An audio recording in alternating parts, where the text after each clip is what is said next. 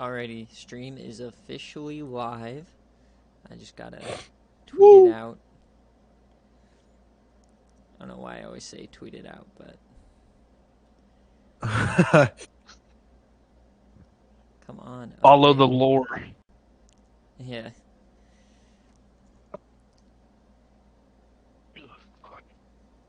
My God, I'm choking. Man, I'm dead. Because I have to do I have to go off Wi-Fi because my internet is so shit, and so it takes forever to load. So I'm just sitting here. I'm out here dying.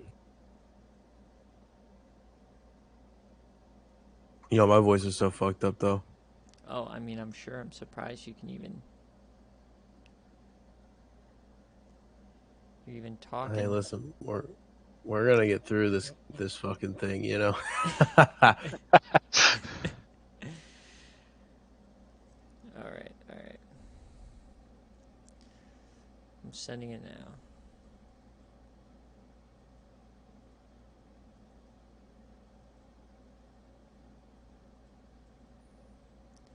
Please work. All right, there we go. All right, sweet. So episode 4, not on a Thursday, because that's game day this week. But we have Monday. We have a lot of stuff to get to. Yeah. So first off, I'm here with DogWater and Niick, and we are gonna be talking about Week 7. Niick, take it away. How was Neyland? Dude, Neyland was fucking rocking. I have never heard a stadium as loud as that, and I don't know that there will ever be a stadium as loud as it was. Do you guys know? I was about to say, do you guys know what the old record for Neyland was? I think like 119 or something. 118 decibels. Do you know what the new record is? Was it like 126? 125. Which, fuck, I'm one off every time. In terms of like decibels, is especially whenever you're up in that kind of like, up in like the hundreds. Every decibel is like a pretty big magnitude. To jump 7 decibels from the loudest that Neyland has ever been. I mean, it literally recorded an earthquake from a station 10 miles away. I don't know if you guys knew. Wild. Which is super crazy. Storming the field was just one of the most insane things that I've ever done. Funny story about, I didn't really talk about this because I wanted to talk about more of this like on the podcast. So I rushed the field, right? And I haven't really talked about my experience rushing the field, but the first person that I run into, or I guess the first person that I recognized, because I lost a buddy that I went with, like basically immediately. We both went down there, and like I wanted to rush the field, right? And the thing about it is that from the section that we were at, it was like a 15-foot drop to the stadium, and our side of the field was kind of just like that. But he was like, "No, I'm gonna go like to the stairs," because there were stairs like 30 feet away from us. But I said, "Fuck that," and I literally jumped 15 feet down onto the field, and I don't regret that one bit. I did lose my friend, but the first person that I recognized that I ran into was actually Jalen Hyatt. Shit. Yeah, so I actually ran into Jalen Hyatt, and everybody was surrounding him, and everybody was hyped for him and everything like that. But I ran into him, and he had just gotten done with an interview. And I'm like, good shit, and he's like, kind of just like trying to figure, and he goes, oh shit, I have to find my cigar. I don't know where it is. I don't know where the guy is. And he like starts kind of panicking. And I'm like, bro, do you need one? I have one. And he looks at me. He goes, nah, that's yours, fam. You got that shit. Mine's expensive as hell. I got to go find it. And he runs off. I thought that was the funniest fucking thing. But yeah, it was the first dude that I saw. And then he ran off to go find a cigar. Good stuff. But yeah, then it was like, after that, we got the goalpost off of the student side. They got both the goalposts down, But the one on the students' side, the one further away from the ambulance tunnel, the one that got out of the stadium went out of, the fans or the students try to take the goalpost closer to the student section, up the student section, just like try to walk it up there. And like I don't know what their plan was. I think that all of them just generally were like, I don't fucking know where we're taking this. So they got to like the area between the lower part of the stadium and the upper part of the stadium. And I don't know if they got it stuck. I don't know what happened. I was kind of towards the backside of it. But I was helping take it up, and then the police got really onto us and like started trying to disperse, and they basically like confiscated the goalpost, which is bullshit. Like, who cares? And so all of us were like, we didn't know what to do. So unfortunately, the one thing that I am sad that I didn't do was that other goalpost was already long gone out of the stadium, so I didn't quite get to carry that goalpost, but at least I did carry the student side goalpost up the student section and up to the fucking top of the lower dome for whatever reason, just for it to get fuck 12, fuck all. I was mad. I was like, oh, why motherfucker you taking our fucking goalposts? Like, who cares? We got a river to throw this thing in, but we weren't able to get there. So, but it was all good. It was just such a cool thing, and I very nearly did not go to that game, and I woke up with no intent on going to the game, but as I started to think about it, I was like, man, if something happened, and like basically I was thinking, if exactly what happened that night happens, I'm gonna be so upset that I didn't go, and I'm gonna regret that forever. And so I did go, luckily, and I was on the fourth row, and it was just a great game, and it was dope. Yeah, it was great. And then I went to some bars afterwards, and those were a lot of fun. They were literally the bar that I went to.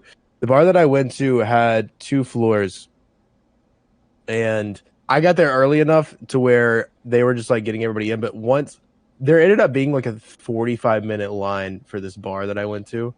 Luckily, I did not have to stand in line because I basically went straight to this bar, and the like section that like the kind of club section of it, like fucking get pumped, like jump up and down, all that good stuff. Where they were playing the music was upstairs in the bar.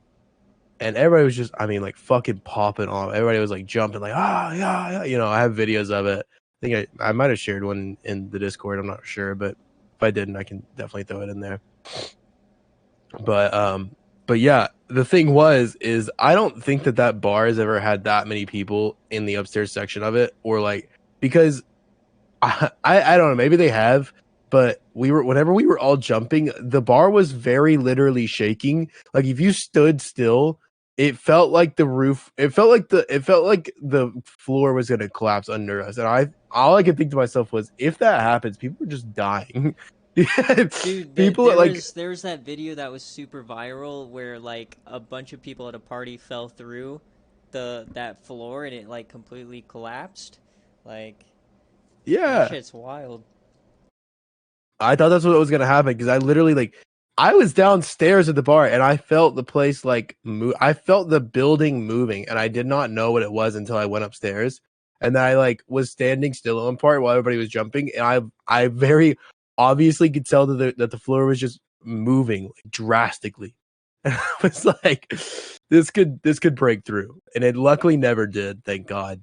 But yeah, no, it was great. It was a great night. I had to come home. I didn't really have a place to stay or anything like that. So I was just like, I ended up leaving a little bit earlier than most of the crowd, but dude, it was great. It was a great time. I mean, Great experience. That's an all-time game to go to. Like, that's easily gonna be the best game of the year. That's easily gonna be probably top 5 of the decade. Like, yeah. However much you paid was worth it tenfold. Did you see Peyton Manning at all, my idol? I did not. I was actually pretty close to where he was on the field, but I did not see him. No, I did not see him down on the field. I would have loved to have seen him on the field. I would have cried. I actually went to his bar after. That was going to be my first place to go, but they had it. That basically Peyton was in there, and so was like Morgan Wallen and a bunch of people. So like basically Peyton closed the bar to just like a bunch of higher higher up people.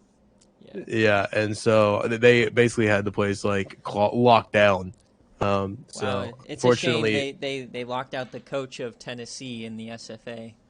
Do they not know who you I are? know, I know, ridiculous. I know, I'm a high profile guy.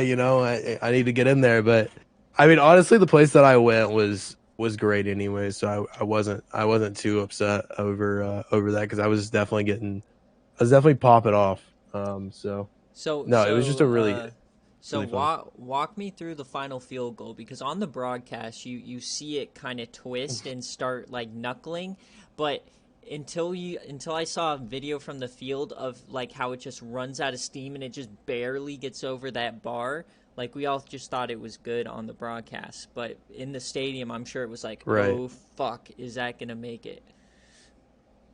Yeah, well, no. Here's the thing. You guys know it was tipped, right? Like it was Yeah. tipped. You guys know that.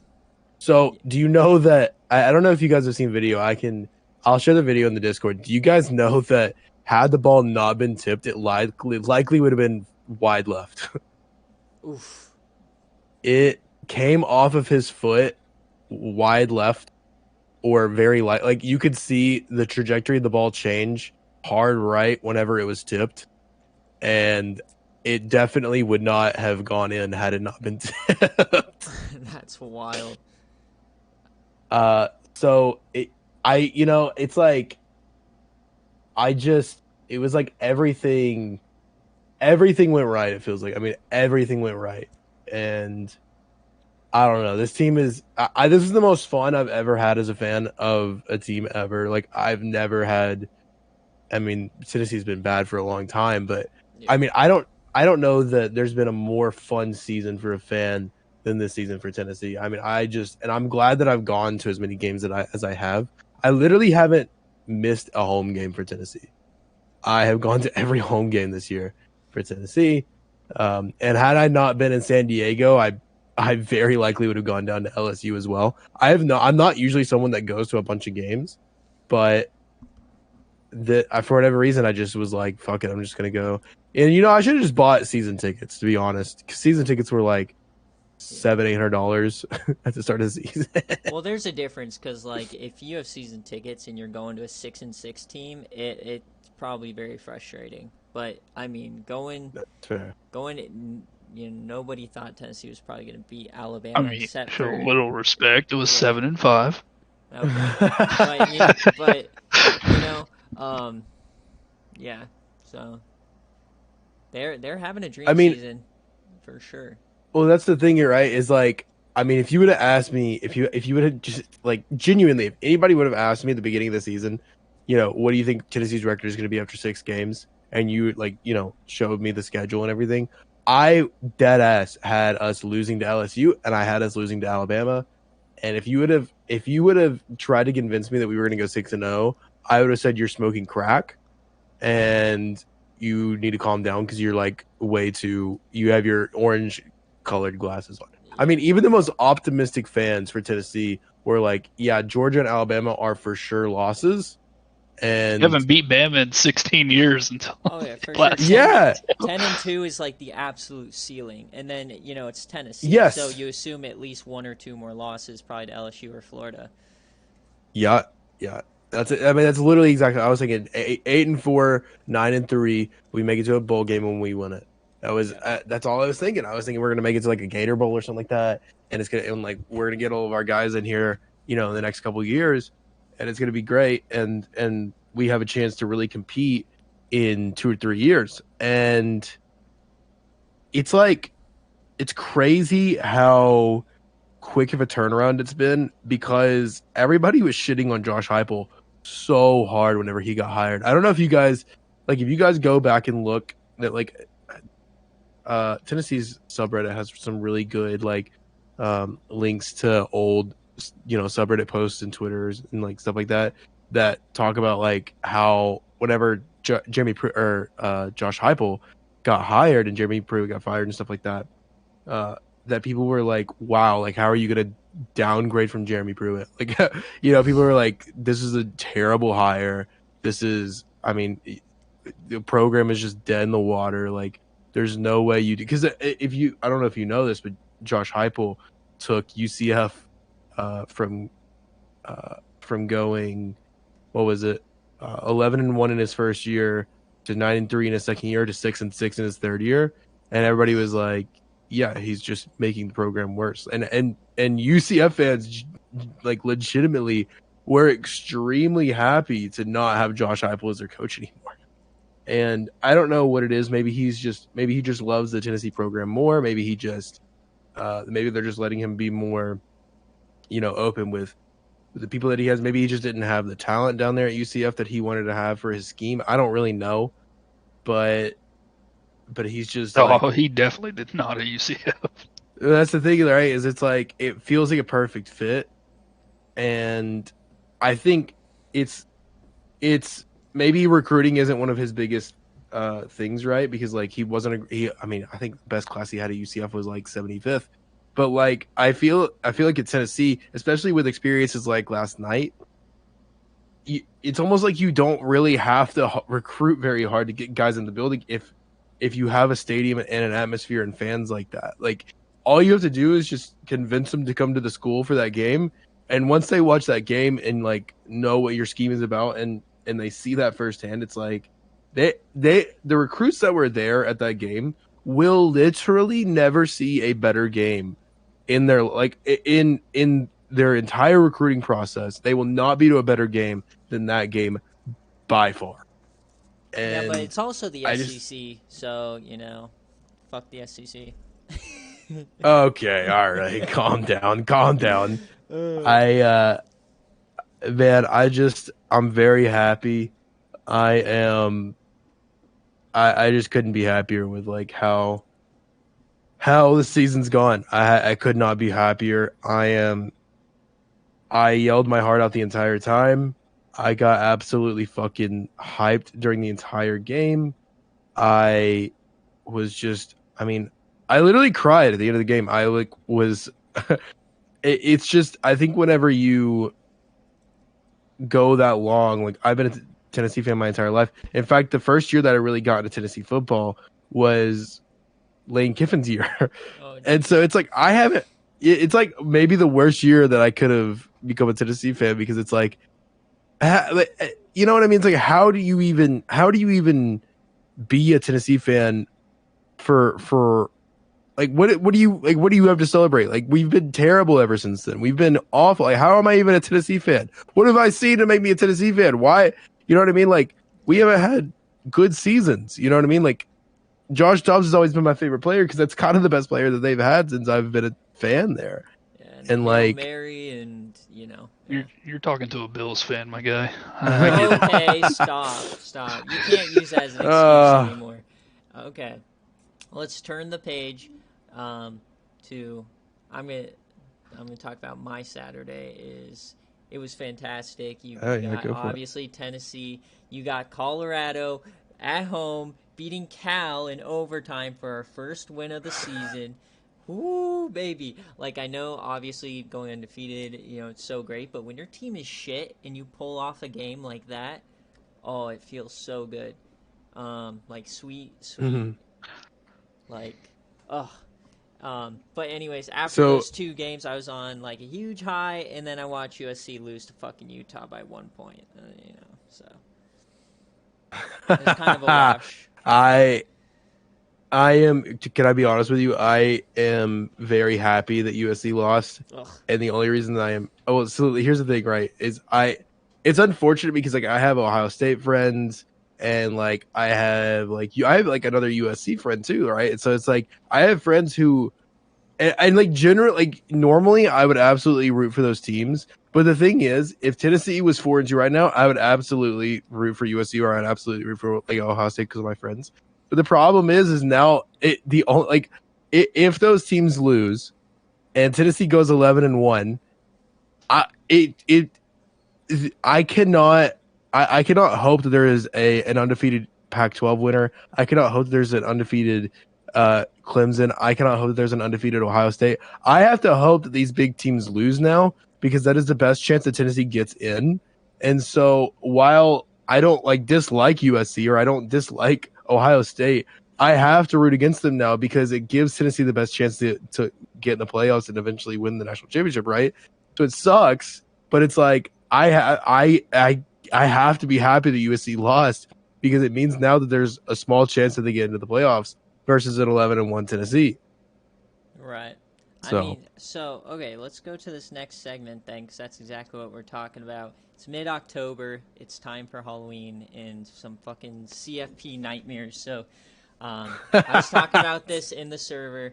Fucking Reddit, CFB, whatever. They say, here's the scenario that you could get 4 SEC teams in. And all that needs to happen now is Tennessee loses to Georgia. Bama beats Ole Miss, and Ole Miss goes undefeated, and Bama beats Georgia in the CCG. If this happened, I would cry myself to sleep. DogWater, how do you feel about an all-SEC playoff? Well, I mean, I wouldn't get to say I'm not going to watch it, because I've already discussed with Nick, if Tennessee makes playoffs, we're going. So we're going. But man, but I would sit in the bathroom at that hotel with my fucking playoff tickets and probably ruin them with the tears streaming down my face that I have to watch 4 fucking SEC teams. Yeah. I mean, that one's super unlikely, because you have to have Ohio State shit the bed. You have to have Michigan, Clemson, Big 12, and UCLA. Well, what's worse is it's not even really unlikely that we could have 3. Right. No, 3 is very likely. The stretch in there is Ole Miss. Well, the thing is, right, and I've actually talked with this about people. I don't think the SEC gets 3 in. I think it's super unlikely, to be honest with you. The only reason I think it's unlikely is because, number one, Clemson has a pretty easy schedule for me on. I don't know if you've looked at Clemson's schedule. They have Syracuse, yes, but I wouldn't necessarily consider Syracuse like a top 10 team, even though they're undefeated right now. I just don't think that they are going to be able to match up. I may be wrong, but I don't think Clemson loses the rest of the year, because the ACC is pretty weak, and Clemson looks better than they did last year. Clemson almost lost to us, so. Listen, I understand. I'm just saying, I don't think you can keep out an undefeated Clemson ACC championship. So there's your number 4, right? So let's say it's Bama, Georgia, Tennessee, Clemson. Okay, then you take the Big Ten. You look at the Big Ten. I don't think, personally, that you can keep out a 12-1, whether it's Michigan or Ohio State. I don't think that you can keep out a 12-1 Big Ten champion. If it ends up being 12-1, they could lose a game. Each of them could lose a game, and whichever one wins the Big 12, I think that they get in over Tennessee at 12-1 versus Tennessee being at 11-1. I disagree there. So for me, for the Big 10, they don't play anybody. They have to go 13-0 in this scenario, because otherwise you're going to be sitting there with let's just say 12-1 Ohio State, who just beat a 8-4 Iowa by 3 touchdowns in the Big Ten championship. And then you look over at 11-1 Tennessee. Oh, we beat Bama, and then we lost to Georgia by 2 points or whatever, right? I think there's a chance that they put Tennessee above Ohio State. Now, I think it's a lot more likely that they do that to Michigan over an Ohio State team with 1 loss, because could see that. Because Ohio State has the brand, they have the players, But I think that in this scenario, there's a pretty good chance. Not a great one. Well, but, if it's all 1-loss teams, it's going to come down to who you fucking played. Yeah. Your resume is going to matter, and the Big Ten just does not play anybody. I mean, Ohio State playing all these teams, it's like putting Alabama in the American. Like it's unfair. I can understand that. I can understand that. I just feel like I think it does matter, right? It does. I think two things matter. I think number one, if it is Ohio State that is that 12-1 Big Ten championship champion, I don't necessarily know that you can keep them out of it. Number one.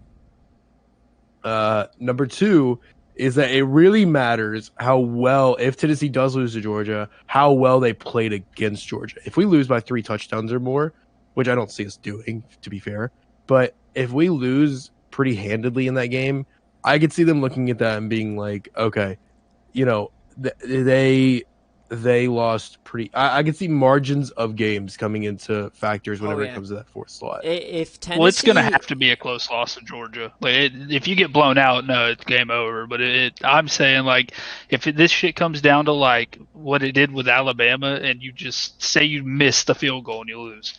Yeah, in like, Athens. Then I'm saying there's a huge chance. Yeah, especially because it's going to be in Athens. True.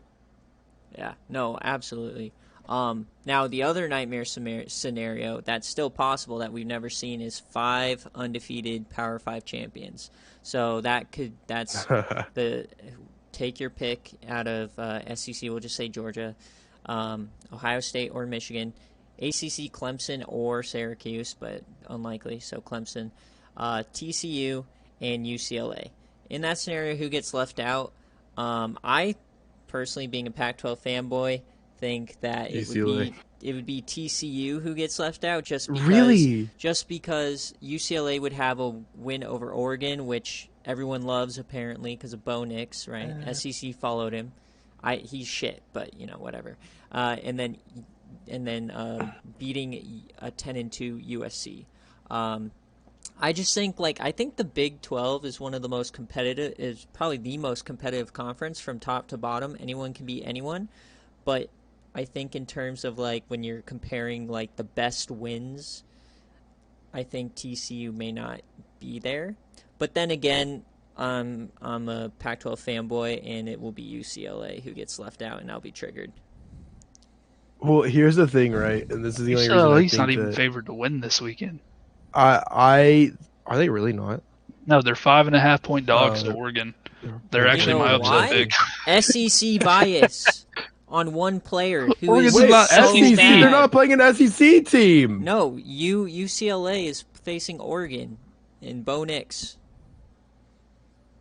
Oh, okay, dude. Bo Nix out of the SEC. What do you mean? Tell me that Oregon should be ranked where they are. They should not. They got beat by 7 touchdowns to Georgia.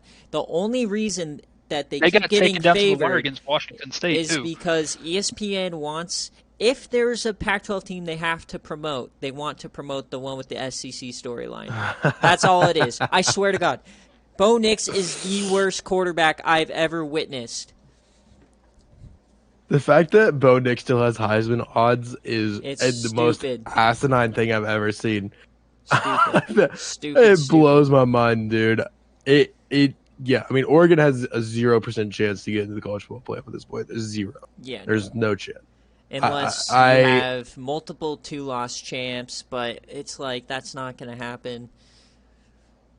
This is a year where if one of the lower Power 5 conferences wants to get in, they have to go undefeated. Mm-hmm. Here's the thing, and this is the reason why I think TCU gets in over UCLA. UCLA, let's say both of them go undefeated, and make it to the championship game and win. Yeah.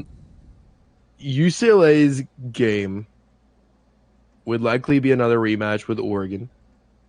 TCU's game would likely be a game against either Kansas State or Texas. If they beat Texas, because everybody is very high on Texas right now, especially with Quinn Ewers, they would absolutely, I think, undeniably have a better record than UCLA, only because they had beaten teams like Oklahoma State. They had beaten teams like, Kansas had a really good run. Everybody was pretty high on them because they have a good team so far. TCU, they drilled Oklahoma. I know Oklahoma hasn't been great, but still, it's a decent win.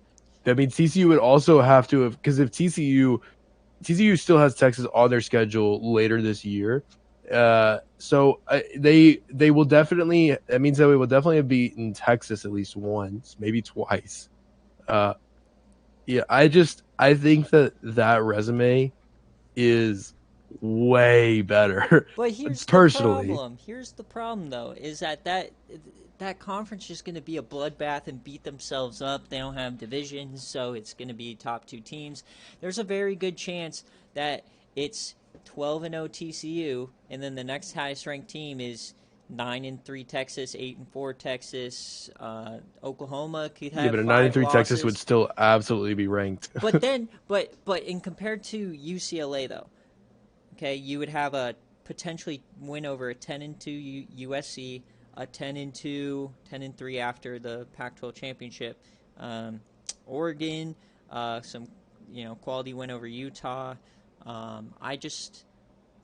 I think that those upper tier wins are more important than just like a consistent beating, 8-4 teams.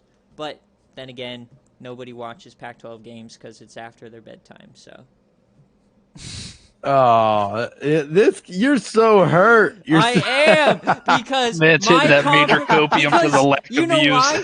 Because I get no respect. We get no respect. Even running this damn server, I get no respect in the Western time zone. And then all of a sudden, when expansion comes, all you fuckers poach my teams. You're like, no, you guys are shit. You guys are shit. Oh, but hey, I'll take USC and UCLA for $150 million a pop. That's why I'm upset. We're just tired of a conference calling themselves the Conference of Champions with no champions. Every year with the college football playoff is a nightmare scenario for the Pac-12. Every single fucking time. It's dreadful. Don't have shit teams. Okay, we are not shit. You just don't watch us. Anyways, what happened the last time Pac-12 made the playoffs? Let's move on to the upset predictions here. You're one of your best teams. One of your best teams lost to Georgia 49-3, bro. I don't want to hear it. I would argue Oregon is the 4th best Pac-12 team. I hate Oregon. I've been saying it all year. They are not elite. They are overranked because of SEC bias that has infiltrated our conference. Oh my God, dude! They ran him out of the SEC. He is not wanted in the SEC. Yet, I know Auburn right now is missing him because their quarterback coming into week 8 has more interceptions than touchdowns. Okay. But you know what? The reason is, you know why? If the very small chance of if Oregon does anything this season, makes like college football playoff or anything, there's some intern who's like itching to make that graphic of SEC Bo Nix versus Pac-12 Bo Nix at the beginning of the game. Where it's not going to happen. Instead of doing an actual story on a good Pac-12 team. Anyways, who wants to go first on the upset predictions? I got you because I have 3 of them. All right, 1-4 DogWater coming in with an 0-3. 1-4, about to be 4-4 after this weekend, actually, because Oregon is a 5.5 point favorite against UCLA. Oregon is fucking dog shit. Their best wins are Stanford and Arizona. That is fucking disgusting. Thank you. UCLA has proven they are a fucking legit fucking team this year, and I think UCLA is going to beat the fucking brakes off of Bo Nix. Yes. Okay. So I'm taking UCLA over, even though UCLA's 9 and Oregon's 10, fucking Oregon is a 5.5 point favorite. Yeah, know that. It is at Oregon. Yeah. Can I want to hear what were your guys sorry, I don't mean to interrupt this. What were your guys upset picks last week? I didn't get to hear. So DogWater picked Michigan to lose to Penn State. That one did not happen. And then he picked Tennessee. Oof. And then I picked Utah to beat USC. Oh, wow. Congratulations. Yeah. No, not a congratulations. I mean, you predicted I'd rather be 1-2 right now. Dude, okay, DogWater. When I saw they were going for 2, I about shit my pants.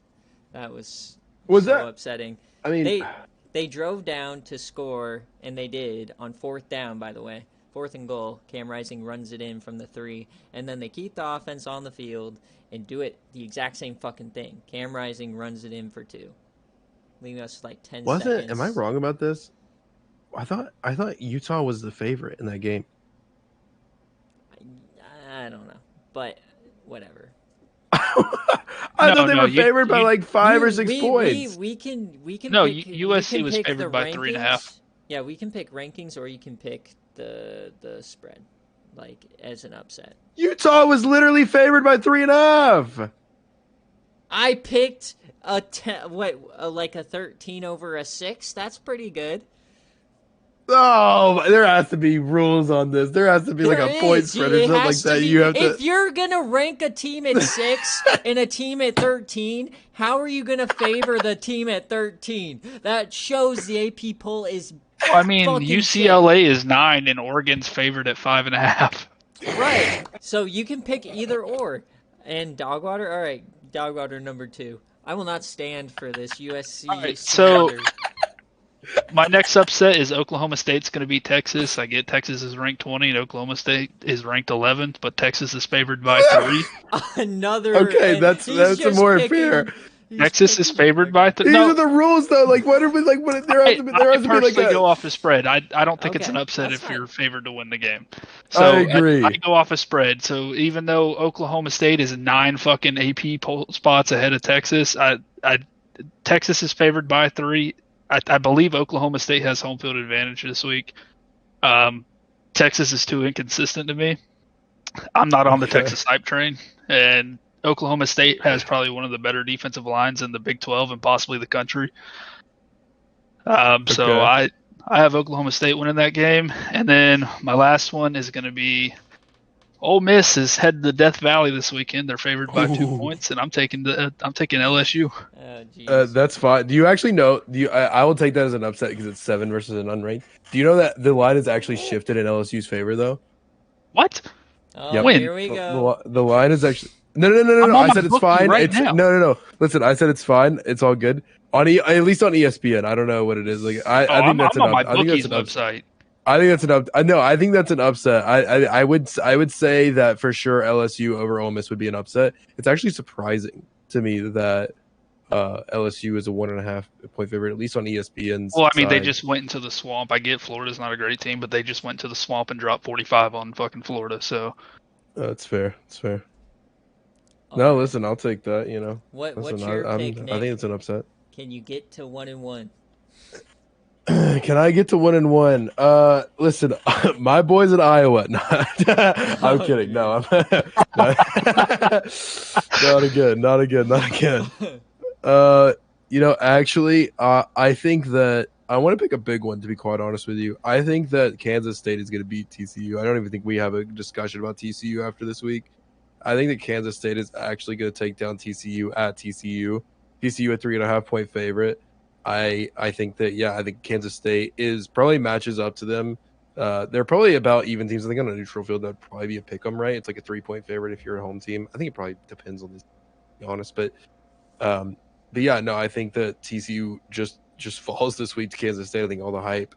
They're gonna be like Kansas, where they're gonna get really hyped up and everybody's like, "Oh shit!"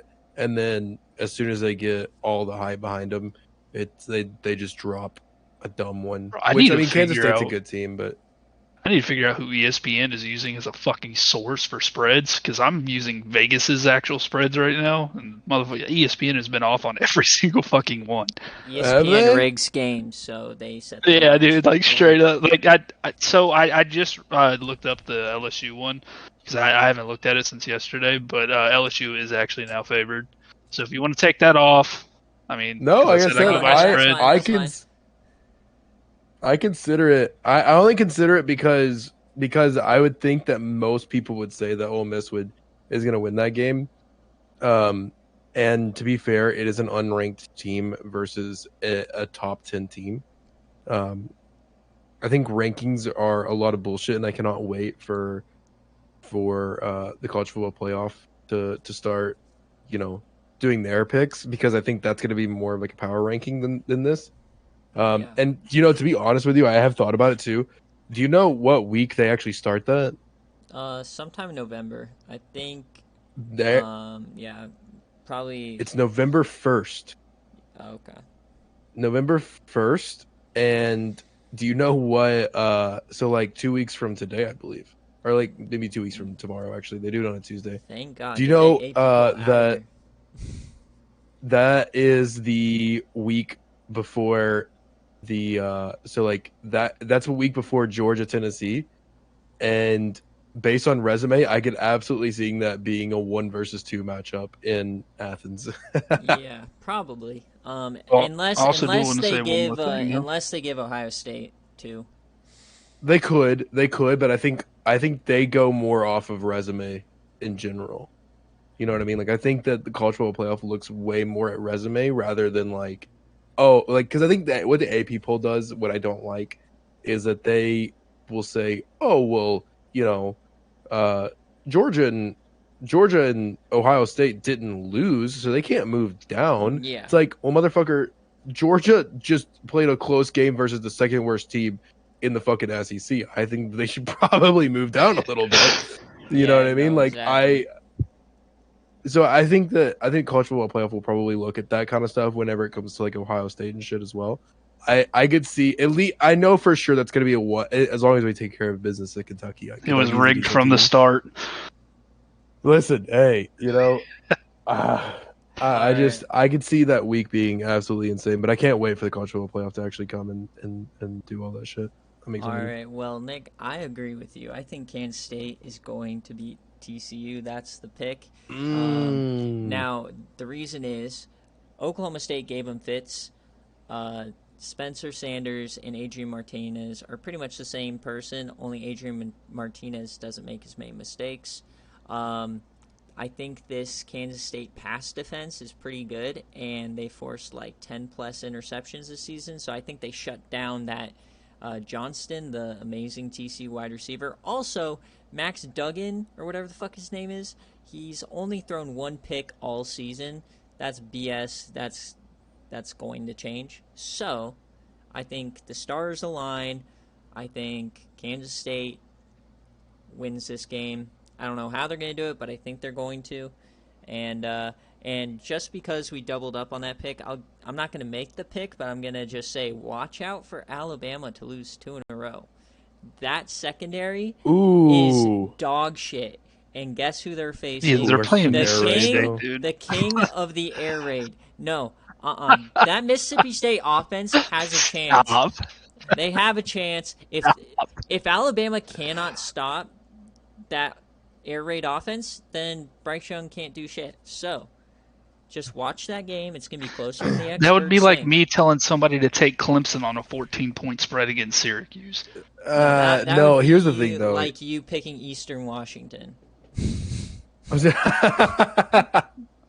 Look, all I'm saying is that Eastern Washington stood a chance. AR-15's dog shit. Yeah. Look, I'm just Listen. saying, all the Florida fans came out the woodwork when FSU beat LSU and said, oh, they're a trash team. Anybody can beat them. They're fucking easy. And then LSU goes and drops 45 fucking points on their head. So, I've always thought LSU's a pretty good team, to be quite honest. I think that they are probably actually a top like 2015 team. And I think they just had a really bad game against Tennessee. I think that because you know what's actually crazy, LSU is still very much in the race to win the SEC, because Oh god. they have no. I'm being for real though. Like the thing is they are favored this week against Ole Miss, right? And then they play a rivalry game against Alabama later in the year. It is at Death Valley. They play. Yeah, I mean they play. Actually, so this week they play Ole Miss. They're a favorite in that game. Then they have a bye week, and then they play Alabama at home. And Alabama's number one, they're weak. Number two, LSU's kind of figured out their offense with the win at Florida. To be quite honest with you, I'm not counting LSU to compete for the West. I actually think that LSU could. And if I had a bold prediction, I would say that number one, that Alabama LSU game is going to decide who goes to the SEC Conference Championship game. And number two is that game is going to come down to the fourth quarter. And I think that I don't know that LSU will actually pull it out. but I do think that there's a serious conversation to be had about LSU making or like at least getting to the SEC championship game. That is a wild hot take there, but you know what? Anything can happen. Uh, probably I don't not think it's that. as wild as you think it is. Yeah, I mean, I don't even watch the SEC. I'll be honest. So. All right. Let's go over to fair. the SFA. I'm on the committee. Nick is, but he missed it because he was at Neyland this past Saturday. But do either of you guys have any major gripes with our rankings this week? There was some good changes, and we added Rick onto the committee this week, so that might have impacted it a little bit. I'm gonna ask, why is Notre Dame falling to 8-1 teams? So that's honestly resume. Like, we were looking at schedules. Like, so okay, each week we don't even think about last week's ranking. So the fact that they dropped doesn't mean anything to us. We just go in again and just go solely based off of how we feel about that team after that week and their resume that they built to that point, right? So, I don't know. We just felt like both Washington and Stanford had really good, have some really solid wins, and that those were more important than their 1 losses as compared to Notre Dame, who just has very below average wins at this point. I was honestly personally in favor of Washington lower than Stanford because I think their loss to Boise State is so horrifically bad in overtime. But I was kind of outvoted there. And same thing with Memphis. They dropped mainly because their last 2 games, yes, they won. And you're always going to struggle in conference games when you're trying to go undefeated. But overtime against SMU, who's now 3 losses, and then struggling with Louisiana in a 1-possession game. Who has the best corner of the recruiting class? I'm just saying. Yeah, but and my backup tight end that's cooked one his of ass. 22. Yeah, exactly. No, but you drop one, it doesn't necessarily matter. For me, I think the biggest surprise was Georgia dropping, but when we got down into it, they don't have a good win. Their best thing going for them is their 2 quality losses to South Carolina and somebody else. I'm spacing it this second, but yeah, that's kind of where our head was at with those major drops. Probably Auburn. I would think Auburn. Just going from a casual 3 in the country to 6 after winning. No big deal. We were 5. No, I You was were 5. 3, and then You I were got 5. dropped to 5, You were and then I 3 got to dropped to 5 to 6. 6. Oh well, Yeah. 3. Yeah, you were 3 in the what coaches thing, right? This is the dude. This is fucking CFP rankings, brother. Yeah, exactly. You're Like, still in AP playoff conversation. The AP, you have like 4 algorithms Well, yeah, I'm in the playoff based off of, conversation. like, only points scored. I mean, I know I'm in the playoff conversation. Like, if I win out, I literally can't be left out. I have the G5 bid. True. No, yeah, absolutely. But in terms of the other big-time teams, yeah, I don't think you were quite... But we all agreed wholeheartedly that there's a huge drop-off from 6 to 7, and then there's another huge drop-off from 20 to 21. That's kind of where we kind of saw the 2 major falls. Because I'll be honest, we were struggling from 21 to 25 because we're like, dude, none of these teams really deserve to be here. So that's just kind of how we went. But just rank Tennessee again, pussies. You barely lost Texas A&M. Ugh. But against Notre Dame, you might have Cardale back, so that could be an interesting one. But here are the final 4 teams. That will be Tennessee by 75 with Cardale. I'm calling it now. Oh, jeez. But yeah, so these are the final 4 undefeated teams. Surprisingly, they're still the most we've ever seen at this point in the season is maybe 2 or 3. So 4 is actually kind of wild. In the NCAA 14 era, we've only had 1 undefeated team, and that was last year UAB going into the playoff. So I think Ohio State. Interesting. Rest in peace, the Memphis career. I think Memphis is the best chance to go 12-0, but winning the conference and everything, have to give it to Ohio State. Fair.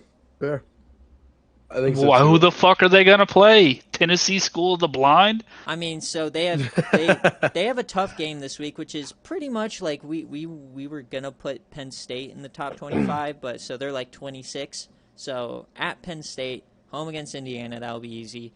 And except, fun fact, last year Ohio State lost to Indiana, or no, it was Penn State who lost to Indiana to choke. Anyways, but Michigan at home, that will be their toughest game, and then it's just a free win in the conference championship. I Good think Lord, Kansas. Memphis with the fucking cupcakes. Yeah, I think Kansas State is going to lose to Baylor for the third year in a row. I mean, I've been on the Baylor hype train, but that's their one hurdle. If they can beat Baylor, then sure. You know what's crazy is that Baylor's fucking 7-2. I've been calling it ever since Baylor started ramping back up. I was like, Baylor's gonna come back and they're gonna be the shit. I think I actually bold took that whenever I was on last time that Baylor was gonna come up and actually maybe I'm wrong, maybe I didn't. It was But both of us. I feel like I've been pretty high on Baylor. And they're doing it with a backup quarterback, which is crazy. But he changed to a one-back playbook and just going after you with Marcus Lattimore or whoever his name is, Lattimore. Notre Dame, I don't see them finishing over 10-2. They're gonna choke to either Tennessee or Syracuse, and then they're gonna lose to Stanford, in my opinion. Yeah. I mean, I definitely see. I think of these teams, I think that either Ohio State or Notre Dame probably has the hardest schedule left. Who is SU? Is that Syracuse? Yep. Yeah, I think probably Notre Dame, just because they have that big game at Stanford in the season. Also, Syracuse and Tennessee are pretty respectable. I think if Ohio State had another 5-5, 6-4 team right there where Indiana is, it would probably for sure be Ohio State. But I think Notre Dame probably has the hardest. I think if Notre Dame wins out, to be quite honest with you, I think that they would deserve one of the top 2 spots. Well, they have to get an at-large bid because they don't have a conference. Yep. Oh, true. So that really screws over the rest of the country. Yeah, they're not even qualified for the top 4. No, yeah. If Notre Dame makes playoff, 5 is the highest they can go because conference champions are guaranteed a home game, 4 of them at least. Good Lord. Yeah, Notre Dame really got to get in a conference, boys. Now, I have a question for you, DogWater, okay? all this stuff about, you're going to go to Florida State. What if Memphis goes 12-0 and earns the promotion to either SEC or the Big 12? Would you stay? Yeah. I mean, my whole reason for leaving Memphis is to go to a P5. I was talking to you about it earlier too. I really don't. I would hate to leave, Memphis, but I don't see them getting promoted even if they go undefeated. I mean, they were a 7-win team last year. There's been no consistent dominance here. It's just 1 year of making a run for it. So I don't think anybody would really consider putting them in a P5 conference. If they were to go to a P5 conference, I would absolutely stay.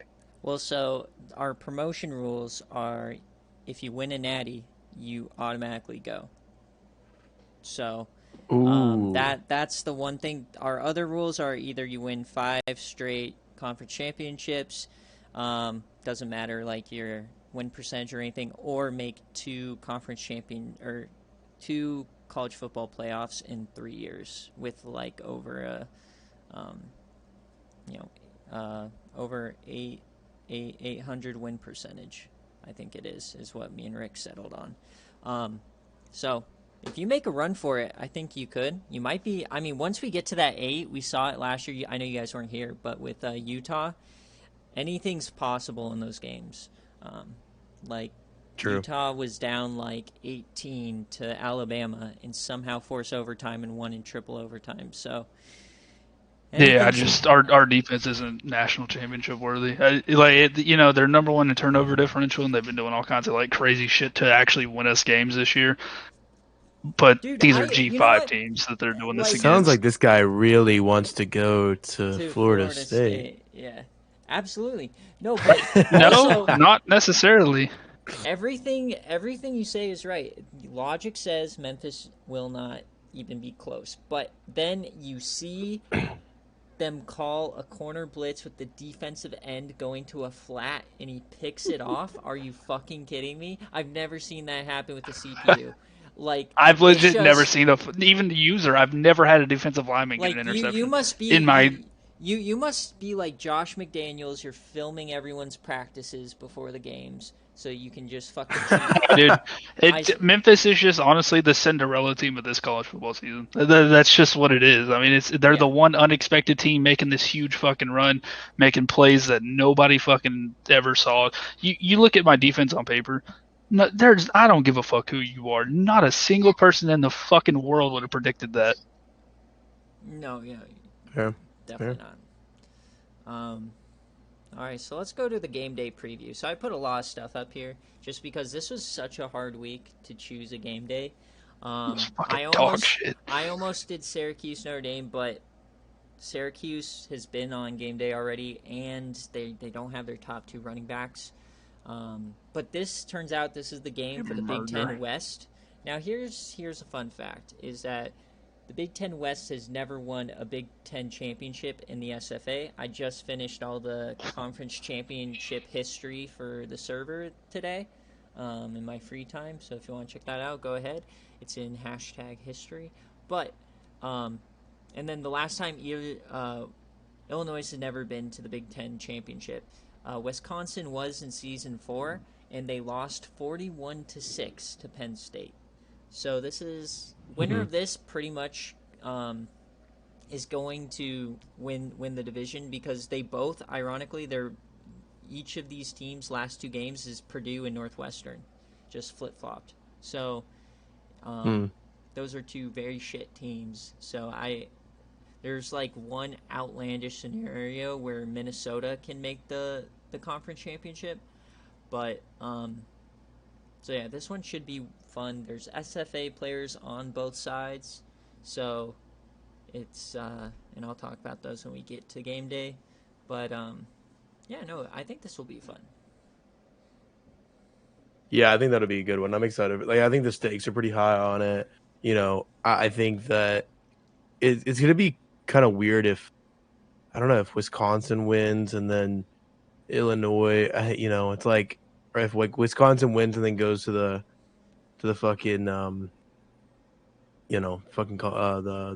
conference championship game and wins that. It's like there's no Big Ten. It's all at larges, which I mean, Yeah. I guess you have Ohio State, who's likely going to be making the playoffs. I don't see a situation in which they don't, to be quite honest. But I know it's going to be interesting. I'm excited to see what ends up happening. And Illinois could maybe have like the dream scenario where they go 9-3, upset Ohio State, and get the automatic bid. That would be weird to have Illinois in there. Mm-hmm. But yeah, one of the big storylines is in season 7's recruiting class, the top quarterback's name is Daryl Jackson, and he went to Illinois. Oh. He started last year, and then in the offseason, Illinois' backup quarterback Satowski or whoever the fuck from like real life, he progressed, and Daryl Jackson did not, and so they're the same overall, and they've been starting this other guy, and it still is working for them, I guess, even though he's like at 15 touchdowns and 9 interceptions. So if there's an injury, there's a stud as the backup, but it's one of those things where I'm not allowed to touch the roster.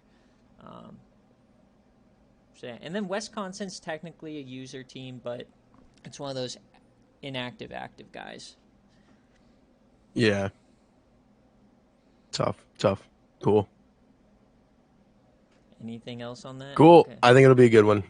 All right. I think it'll be a good one. I'm excited for it. I'm excited for the. I think it's a good. I think it's a good pick for game day. I think it's like the stakes are high enough, and it's a good scenario. I like it. Alrighty, so if anyone's watching, if you have a question, put it in chat. But Monday Night Football picks, right now it's 0-0. The game started, 5 minutes gone. Chargers punted, Broncos, I guarantee you will probably punt. Obviously, I'm a Broncos fan. I think we're going to win. But more so than just winning the game, I need 32.73 fantasy points from Eckler and Judy, which I will be very sad if I Could do. I need a happen. casual 50 from Herbert. Dang, it's crazy that you have Eckler. You know, it's like I don't even know. It's like, shoot, like you had to. Surely you had to give a lot for that guy whenever you traded for him, right? Yeah. I mean, I traded with DogWater for him. Yeah. No, you probably gave up like everything you had, right? Surely. Yeah, dude, I gave up my top running back, Chase Edmonds. I gave up Allen Robinson, who actually had a good game this week. Okay, but like, I gave up Taysom Hill, which screwed me 1 week. You know what's so sad? Probably my biggest mistake of the season, which even it's really not that big of a mistake because I turned it into Eckler, but is the Stevenson for Taysom Hill trade with you. dude, that ended up being such a clutch trade for me. I honestly like the fact that I was able to get anything out of Taysom Hill, let alone like now basically like a starting NFL running back who And then, but then projects you like trade him. So why did you trade him for who was it? Godwin and who was the other one? Godwin and fuck, hold on, let me see. Was it Samuel? Oh yeah, Curtis Samuel. Because Ooh, I in traded 14 man, surprised. well, in 14-man leagues, here's the thing, right? Is like you just have to look for like depth is so much more crucial in these leagues, and because of that, it's like I think that especially considering what I got him for, I think it's like worth it, you know. And I have Zeke, I have Jonathan Taylor, I have Cordell Patterson back in a few weeks. I'm not really dying for like, you know, a Stevenson, but I am like if you look at my wide receivers, like I have Russell Gage and I have Ayuk who did really well this week, but this is kind of like one of his. I mean, that was by far one of his best weeks. I Yeah. have Michael Thomas, who's injury prone all the time. I have Chris Olave, who's still kind of an unknown. So my wide receivers are just a lot more unknown than my running backs, and so I think like having two pretty comparable, you know, guys on the team is especially for like a team, especially for a league that values depth more, was well worth it. Yeah, I mean, so for me, depth, I think at this point for my team specifically is I had a lot of depth. Now I don't. It's mainly because I completely choked on my quarterback, tight end picks in the draft. I went for Russell Wilson, didn't draft any other QBs, and then I went for Albert O, who doesn't even play. So I Yeah. just completely got screwed over. And you know, I have a really great trio of running backs and decent wide receivers, but when you're only scoring like 0 to 5 at the tight end position and then not even scoring 20 at quarterback, like depth doesn't matter. It's I'm struggling to even get to 90 points each week. So I made a splash to go get Jackson, and I gave up Aaron Jones, which was tough. I gave up both my quarterbacks. That is tough. Which isn't necessarily all that bad, and then I gave up Jerry Jeudy. So I'm really hoping. Oh, you got Lamar Jackson. Holy shit. Yeah. That's crazy. So I'm really hoping that allows me to have that guy who, because I already have Eckler who can go off for 30. I have CMC who's consistent 15 to 20. But I need somebody who can win those matchups every now and again, and Lamar Jackson can put up 40 anytime. So I think that might be one of my only chances to go to make a playoff push. Because I traded for DeAndre Hopkins, and he's coming back. So I felt like Hopkins will kind of replace Jones and kind of tip my lineup how I've been Hoping it would be. Yeah, so I'm really hoping he does well. And with the injury to That's Hollywood good. Brown today, it only looks better. So I'm happy. DogWater, how's your shitty team? That's fair. I just need a cool, casual 45 points from Herbert tonight. Everybody talks about my trades with my running backs. I had Leonard Fournette and Austin Eckler, but that was it. That's all I had on this fucking team. And I've managed to turn those 2 running backs into Justin Herbert, Dalvin Cook, Terry McLaurin, A.J. Brown, Dallas Goedert. Yeah, no, I mean, Damn. This year is definitely not one with running backs. I mean, I had the best running back core out of anyone, and I'm fucking most likely gonna be 2-4. So. Yeah. No, that's what's crazy. Actually, in my paid league, there's someone. I have a 10-man paid league, and there's someone that has the top 3 running backs in Saquon Barkley, Christian McCaffrey, and Nick Chubb is literally the top 3 scoring running backs, and dude's 2-4. Yeah.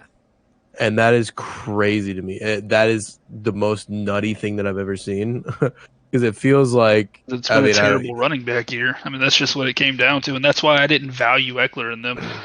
And besides, if Eckler scores on passing touchdowns, because everybody want to talk about fucking receptions, I have Justin Herbert. I'm getting points out of that regardless. Fair.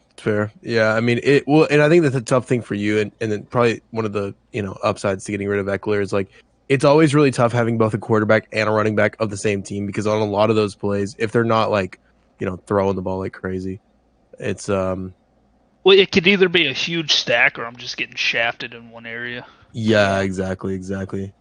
So, but yeah, no, I'm excited for I think that I have a pretty deep team. If anybody needs a quarterback, I have now two quarterbacks. I actually think that I'm gonna go with Dak for a lot of the rest of the year, depending on how he does back immediately. Surprisingly, there's a good reason for that. Dak's one of the best fantasy quarterbacks because he gets so much garbage time. I mean, he gets so much garbage time, but he can also run, right? So he can also do a little bit of running, but also it's like that they just love to throw the ball anyways. And Zeke's not been like where he should be, right? I mean, there's a reason why Cooper Rush has done so well, and it's because that offense is kind of made for that. To be quite honest with you. They've just had a bunch of big time wide receivers and stuff like that. That's why they got CeeDee Lamb. I mean, they kind of just love throw the ball. And I mean, literally last season before Dak got hurt, in each of his games he had over 400 yards throwing. I mean, it was something so ridiculous like that.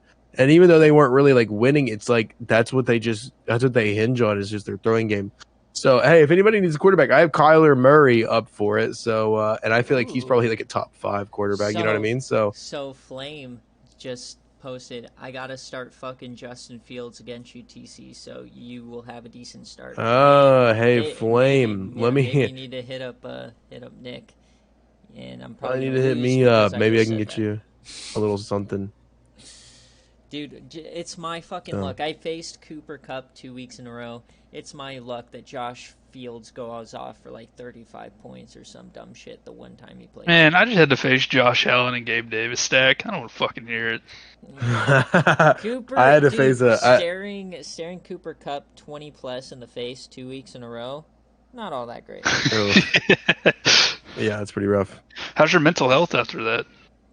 In the shitter. I just, as long as I don't lose Heimlich Heisenberg, I don't care. That's what this is coming down to.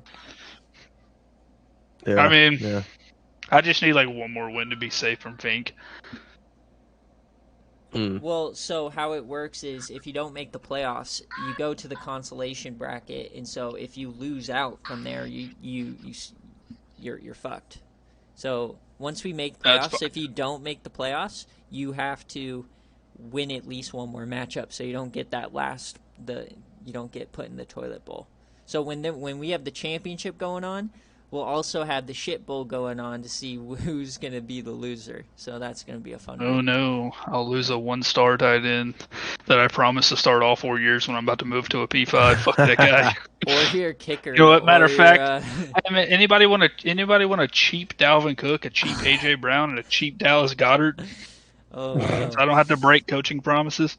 Well, anybody who breaks any of the rules or like colludes or drops their whole team, they automatically lose a player. So, well, I mean, for you it doesn't matter, but Ooh. that's one of the rules. Wouldn't matter.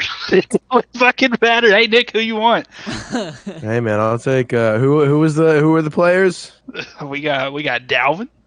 You know, I got him. Oh! I got him for Dalvin's not stupid good. cheap, and then Fink drops Ayuk for fucking. Yeah, I don't know why you for him dropped Ayuk. Yeah, who He fucking dropped dropped who he traded Ayuk? for. That was like I was so confused. I was like, Fink. who- I traded him Ayuk and like 2 other fucking like mid players, and he And fucking took it for Dalvin, and then he and drops the best player he traded for out of that entire fucking group. And then somebody drops Jacoby Myers, who's wide receiver 8 when he's healthy. Like, it's just some of the moves these guys are making. yeah, some of it was pretty rough. I agree.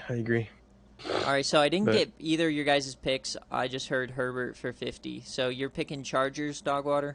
Well, absolutely. Nick, Fuck come them. on, come on.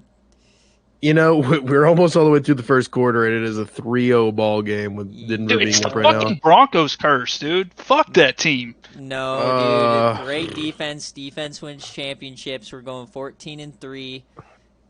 Come on.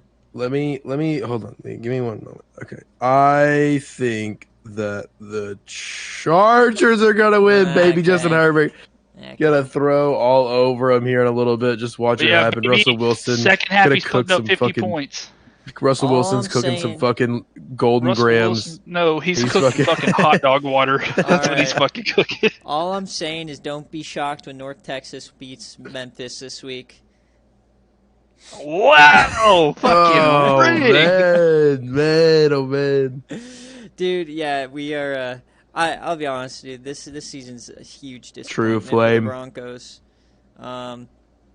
Yeah, I mean, now fun fact, I will say this: when we got Peyton Manning, we started out 2-3, and then ironically enough, we faced the Chargers on Monday Night Football, and this was my sophomore year in high school, and at halftime, I think we were losing like 24-3 or something wild like that. We were getting shafted, and then I had to go to a fucking choir concert, and I was pissed. Turns out I come home, right? I come home after this choir concert, and we got like a pick six. Peyton Manning finally turned into himself, and we were coming back, and we're down by a possession, and I watched like the greatest comeback ever. So tonight's it's the exact You're same talking scenario. about the It's difference the between- exact same scenario. History's Nah, going you're to talking the repeat difference itself. between Peyton fucking I Manning was saying, and are Russell you really fucking sitting here Westbrook. comparing fucking Peyton Manning and Russell Westbrook They right had. now? They both Are have we 2 for rings. real? They both have 2 Are rings. you? Oh my Come God! on. You are not Come on. comparing Russell Wilson Yes, to I Peyton am. Manning right now. Peyton Manning. Okay, Peyton Manning is my ride and die best quarterback ever. Okay, but they are both elite at what they do. They're both elite quarterbacks. And Russell Wilson only has 1 ring, by the way. He does not have 2. Oh yeah, He has 2 appearances Malcolm where he Butler, threw my a pick to end the yeah, game, Yeah. Anyways, Hold on. and he's I- washed I now. totally thought they went back to back, and before losing to No, Brady. he has 1 ring. The 2014, had 13 or 14. yes, One of where those. he beat the That's his only Broncos ring. 48 to fucking or 47-8. Where I tore up my Peyton Manning poster when Percy Harvin returned the touchdown. I was so heated. Russell Wilson is not even comparable to fucking dude. You're talking about upper echelon Tom Brady, Peyton Manning, All right. Johnny Unitas, baby. Let me just talk about that Super Bowl for a second. I was so pumped that we go to our neighbor's Super Bowl party, and I'm hyped. You know, I'm a freshman or whatever, 8th grade, something like that. And, dude, I'm just hyped out of my mind. And then all of a sudden, boom, we're fucking losing because of a botched snap. First play of the game. And then I remember go, that. I remember yeah. that. Oh, And then everyone's like, all right, halftime, we'll make some adjustments, and then boom, a kick return for a touchdown.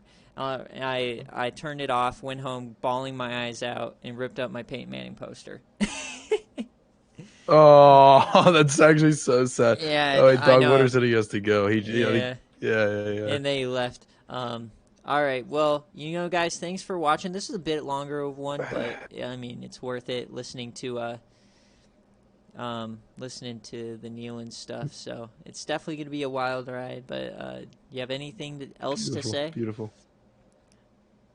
You know what? Just go Vols. I think that this is the most fun season of actual like college football that I've ever had. It's I don't know, man. I'm just happy. I think that NFL wise, this is the reason that I like what happened in Nealon is the reason that I cannot get into the NFL as much, and it is just because it is just like the dumbest shit ever. It's like who tears down a goalpost, walks it all the way downtown into the fucking river? Like who does that? No, like the NFL doesn't do that. You know what I mean? Like this is just some fucking dumbass college kids taking a fucking goalpost. It doesn't happen. And so I don't know. All I'm saying is that I love college football. It just it isn't the same. But I respect people who like the NFL. I think that the NFL is probably a better product. Oh, but 100%. I think that college just has just the magic to it that the NFL just can't capture, just because it's like that, just that added passion, And so I don't know. I think it's more storied. I think like college football just has better storylines, but I think college football has better storylines. NFL has better actual, like, the product is actually better, and I think it matters. Like personally what you prefer as a person. For me, I prefer the story, which is why I like college football so much more, and I think people can relate to that as well, right?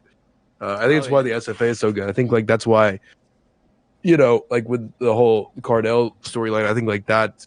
I think if you can make those storylines, and I think if you can, have those out there, I think that it just makes the sport and the game so much better, and that's why I like. But yeah, college football will always be better. NFL, better product, more fun to bet on, I think. Fantasy is so much more fun. But, yeah, college is always going to be my number one. But Broncos just scored a touchdown, though. We're up 10-0. I saw that. Do you want to change your pick? I still think the Chargers win. Nope. Well, all right, guys. Thanks for watching. I'll leave you with this. Broncos country. Let's ride.